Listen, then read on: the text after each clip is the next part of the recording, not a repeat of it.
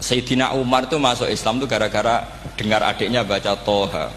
Ma anzalna alikal Qur'ana litashqa illa tadhkiratal liman yakhsha tanzilam mimman khalaqal arda was samawati ula ar-rahmanu alal arsis tawa. Itu dia ma huwa bikalamid basar, tidak mungkin seperti ini karangan manusia, itu tidak mungkin.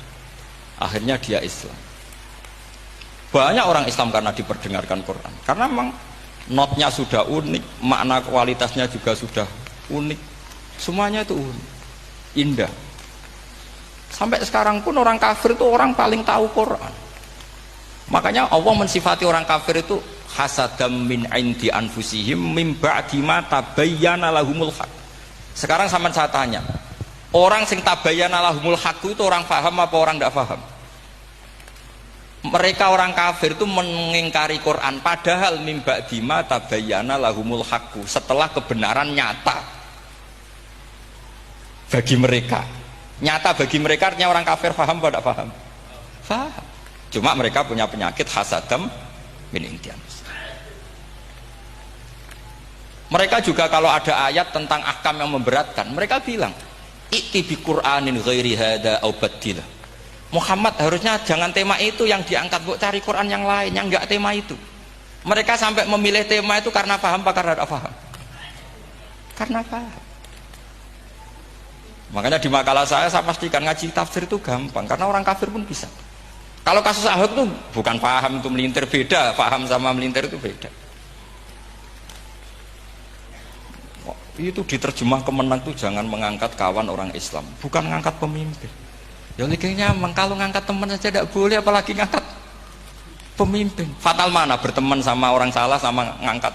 Saman kancanan maling ini apik nak menawa nang andani terus ngangkat, "Hei maling ke pimpinanku." Parah mana? Parah mana? Artinya sama saja ketika diterjemah jangan ngangkat teman, sebetulnya ngangkat pemimpin lebih fatal. Itu kan mafhum awlawiyah, itu kan normal saja. Itu di Quran biasa, misalnya innalladzina ya'kuluna amwalal yatama dzulman, orang yang makan hartanya anak yatim secara zalim. Kamu bilang, "Gus saya tidak makan kok, sepeda motornya tak gasap, tak jual." Yang diharamkan kan makan. Wah ya sarap kalau gitu. Maknanya begini, memakan harta anak yatim artinya ifsad. Ifsad itu merusak. Nak ngono ikhraq, membakar atau mencuri sama dengan makan, bal asad, malah kan lebih apa? Lebih apa? Dasar. Jadi yakuluna di situ tuh ba'dul amsilah, sebagian contoh min wujuhil ifsad atau min wujuhil ihlak. Jangan kok karena ayatnya makan, oh yang haram tuh makan, kalau nyuri gak apa-apa. Wah ya fatal. Itu kan sama dengan santri geblek ketika ada kiai ini, "Cong, kowe mbek bojomu jogeman naboi." Suatu saat istrinya lapor lagi, "Pak Yai sekarang tidak naboi tapi nyadui." Karena naboi itu pakai tangan. Mereka pertama dilaporkan kiainya, "Pak Yai, suami saya itu sering memukulin saya pakai tangan gini. Cong jogeman naboi bojomu." "Nggih Pak Yai, siap." Suatu saat istrinya lapor, "Pak, tetap benjut, kenapa? Kalau nak ini disadui." Mereka pikirannya sing haram nabok, nak nyaduk halal. Oh itu kan ngajak goblok bareng. Nah masalahnya di usul fikih kasusnya seperti itu. Makanya saya ini kadang ya maliki sekali. Kadang saya itu maliki sekali. Kadang ya. Misalnya begini, saya beri contoh. Ini yang kisah nyata ya. Ada seorang Arabi datang ke Rasulullah. Ya, tadi kan teman-teman minta juga ilmu hadis ya. Ini satu paket saja. Itu tadi nanti kalau sampean kasih alim itu sudah ada urusan saya tadi. Nunggu orang mati banyak tadi. Kalau nggak usah nunggu orang mati, sarannya tadi apal tadi. Ya Rasulullah ahlak tuh. Saya ini orang yang rusak. Wama ahlakaka. Lalu yang bikin rusak kamu apa? Qol waqatu imroati fina hari Ramadan. Saya menjima istri saya ketika masih siang. Fina hari Ramadan, siang Ramadan. Walhasil Nabi tidak menyuruh hanya kodok, tapi menyuruh kafaroh. Kafarohnya itu merdekakan budak, atau memberi makan 60 orang miskin, atau puasa berapa? Puasa 60 hari. Atau urut merdekakan budak, atau puasa 60 hari, atau memberi makan sitina miskin. Oke, kita sepakat. Sepakat ya, hadis itu sahih dan diulang-ulang oleh Ashabus Sunan. Oke, riwayatnya nggak masalah. Sekarang kita analisis maknanya. Sekarang sampean saya tanya, Kalau Anda misalnya sekarang jam berapa ini? Misalnya sekarang jam 9 kurang seperempat Ramadan, terus Anda rokok atau Anda ngopi, kepengen ngopi terus ngopi tanpa udhrin syar'iyyin. Anda hanya wajib qadha apa bayar kafarah? Tidak sampean jawab.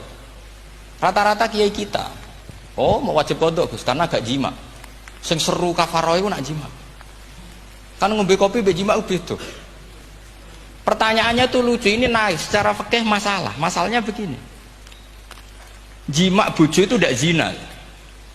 Berarti dengan makan bedanya apa? Sama kan? Sama-sama amrun mubah. Sesuatu yang boleh. Kenapa hukumannya berat? Makanya kata Imam Malik, ndak itu nilainya. Nilainya adalah hadku hurmati Ramadan bi ghairi udhrin syar'iyyin. Makanya kata Imam Malik, siapapun yang makan fina hari Ramadan, iftar apapun fina hari Ramadan bi ghairi udhrin syar'iyyin, maka hukumnya sama dengan jima fina hari Ramadan. Karena sama-sama ihlak ifsad hurmata Ramadan bi ghairi udhrin syar'iyyin. Loh, ini ilmiah. Kamu udah harus cocok, tapi otak kamu harus percaya. Loh iya kan beda kan? Saya secara nafsu tidak cocok, cek berarti. Tapi ilmiah saya setuju. Kalau kiai ngandani itu kan pasti pakai badul amsilah, kan nggak mungkin semua contoh disebut. Jong penak melaku-melaku jogeman delok wedok iku mari setan. Mboten delok Mbah, nyekel lho malah parah to. Ndak bisa. Makanya ini masalahnya lafaz. Ini kembali ke Imam Syafi'i bilisanin arabiyyim mubin.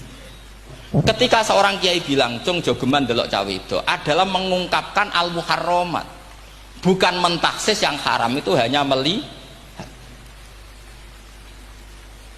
Saya ulang lagi ya, ketika seorang kiai bilang cung jogeman delok wedok sing haram, itu semangatnya adalah melawan keharaman, bukan mentaksis yang haram hanya delok. Itu di Quran normal semua, di semua lugat ya biasa. Itu kan sama seperti misalnya seorang mbah ngasih uang cucunya, cung tak kayak duit 100.000, cung gue tuku es. Terus kue mendingan, nak ragu tuku es haram iki kan ngongkone tuku es. Lah kepen putumu mati kan nyeben 100.000 gue tuku es. Ya mulai dulu istilahnya nak bange ke ibu tuh cung 100.000 gue tuku es. Cara wong kuno. Maksudnya gue pokoknya umumnya cak cilik senane es cuma nyebut. Ya sudah seperti itu. Sama seperti Quran menghentikan begini. Ini memang salate yang fikih dulu, yang pokok-pokok. Di antara yang nggak boleh dikawin adalah wa antasma'u bainal ukhtaini illa ma qad salah. Kamu tidak boleh menikahi Sri dan Zainab, kakak beradik. Sudah sepakat nggih? Fi nikahin wahid nggak boleh al jam'u bainal ukhtain. Jadi mbaknya kamu kawin, adiknya kamu kawin fi nikahin wahid. Tapi nak ngeduni boleh, berarti kan dengan waktu yang berbeda. Quran hanya menyebut itu. Kemudian Rasulullah zaman Sugeng itu hanya nambahi wala binal mar'ati wa ammatiha wala binal mar'ati wa kholatiha, juga gak boleh menikahi ponaan plus buliknya, baik bulik dari bapak yaitu ammah maupun bulik dari ibu disebut apa? Kholah. Kemudian ulama fikih merasa ada yang kurang, ditambahi lagi dua perempuan yang andekan yang satu itu lelaki kok haram nikah, berarti haram jam'u fi nikahin wahid. Misalnya cucu rabibahnya boleh enggak? Enggak boleh kan? Berarti kalau sampai ngumpulkan cucu dan mbahnya fi nikahin wahid juga enggak. Tapi orang yang waras itu tidak akan nyalahkan Quran ketika tidak lengkap.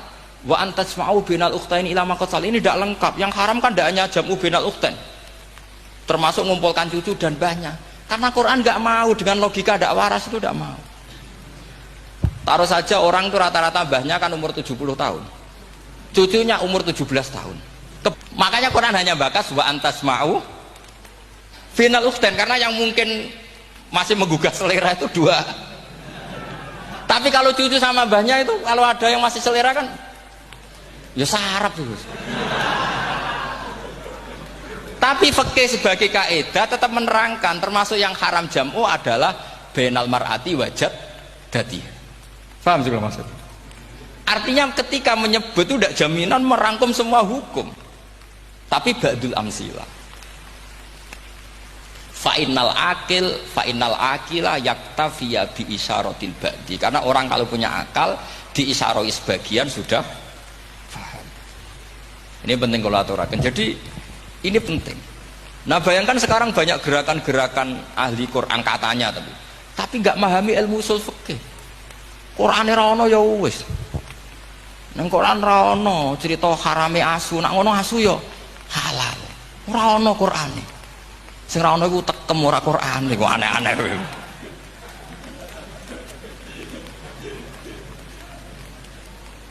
Itu kan sama terus sampean misalnya tadi jam 09.00 Ramadan tambah uzurin syariyin terus mangan mie rokokan. Itu kan melecehkan Ramadan biguri uzurin syariyin. Karena melecehkan hurmata Ramadan kena sanksi separah itu. Jangan kamu terus bilang, tapi Nabi hanya bilang masalah jima fi nahar Ramadan. Jima istri itu hukumnya itu tidak zina, hukumnya itu mubah sama dengan makan. Ini cara mazhab Maliki, tapi kita alhamdulillah mazhab Syafi'i.